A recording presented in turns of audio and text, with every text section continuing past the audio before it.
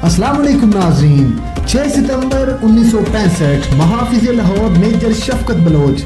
6 सितंबर को भारतीय फौज के 3000 फौजियों को मेजर शफकत बलोच की क़यादत में 110 जवानों ने 10 घंटे तक ना सिर्फ रोके रखा बल्कि भारतीय फौज के दर्जनों टैंक और तोपें भी तबाह कर दी। मेजर शफकत बलोच, जिन्हें बाद में मुहाफिज लाहौर का खिताब मिला, इन्होंने मुझे एक इंटरव्यू में बताया कि वो 5 और 6 सितंबर की पिछली रात ही 110 जवानों की कंपनी लेकर हडियारा ड्रेन यानी कहना वाली रोही नाला के करीब पहुंचे ही थे कि अजान फजर के साथ ही गोलाबारी की आवाजों ने चौंका दिया। इन्होंने वायरलेस पर रेंजर से राब्ता कायम किया तो दूसरी जानब से सिर्फ ये अल्फाज सुनने को मिले कि इंडियन फौज ने हमला कर दिया है और वो तेजी से लाहौर की जानब बढ़ रही है। फिर राब्ता खत्म हो गया। मेजर शफकत ने बताया कि मैंने अपने कमांडिंग ऑफिसर कर्नल कुरैशी को वायरलेस पर सोते हुए जगाया कि भारत ने हमला कर दिया है, तो वो मेरी इस बात पर यकीन नहीं कर रहे थे।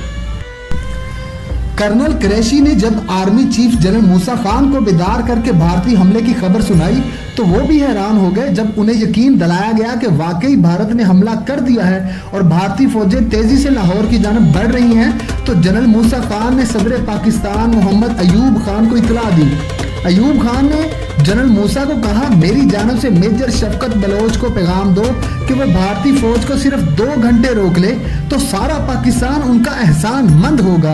यही पैगाम जब मेजर शफकत बलोच तक पहुंचा तो उन्होंने जवाब दिया, सर, भारतीय फौज हमारे ऊपर से गुजर कर ही लाहौर जा सकती है।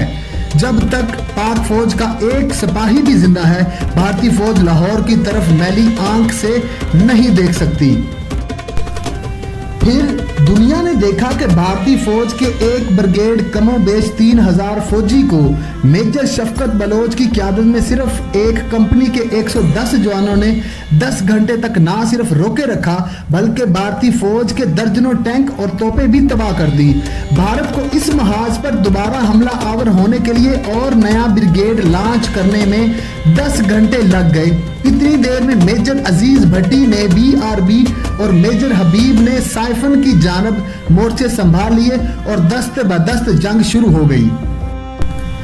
मेजर शफकत बलोच ने बताया कि मैं नाले के बंद के ऊपर खड़ा था जबकि 200 गज के फासले पर भारतीय टैंक और तोपें मुझ पर गोलाबारी कर रही थी, लेकिन कोई एक गोली या गोला भी मेरे जिस्म को छू नहीं सका।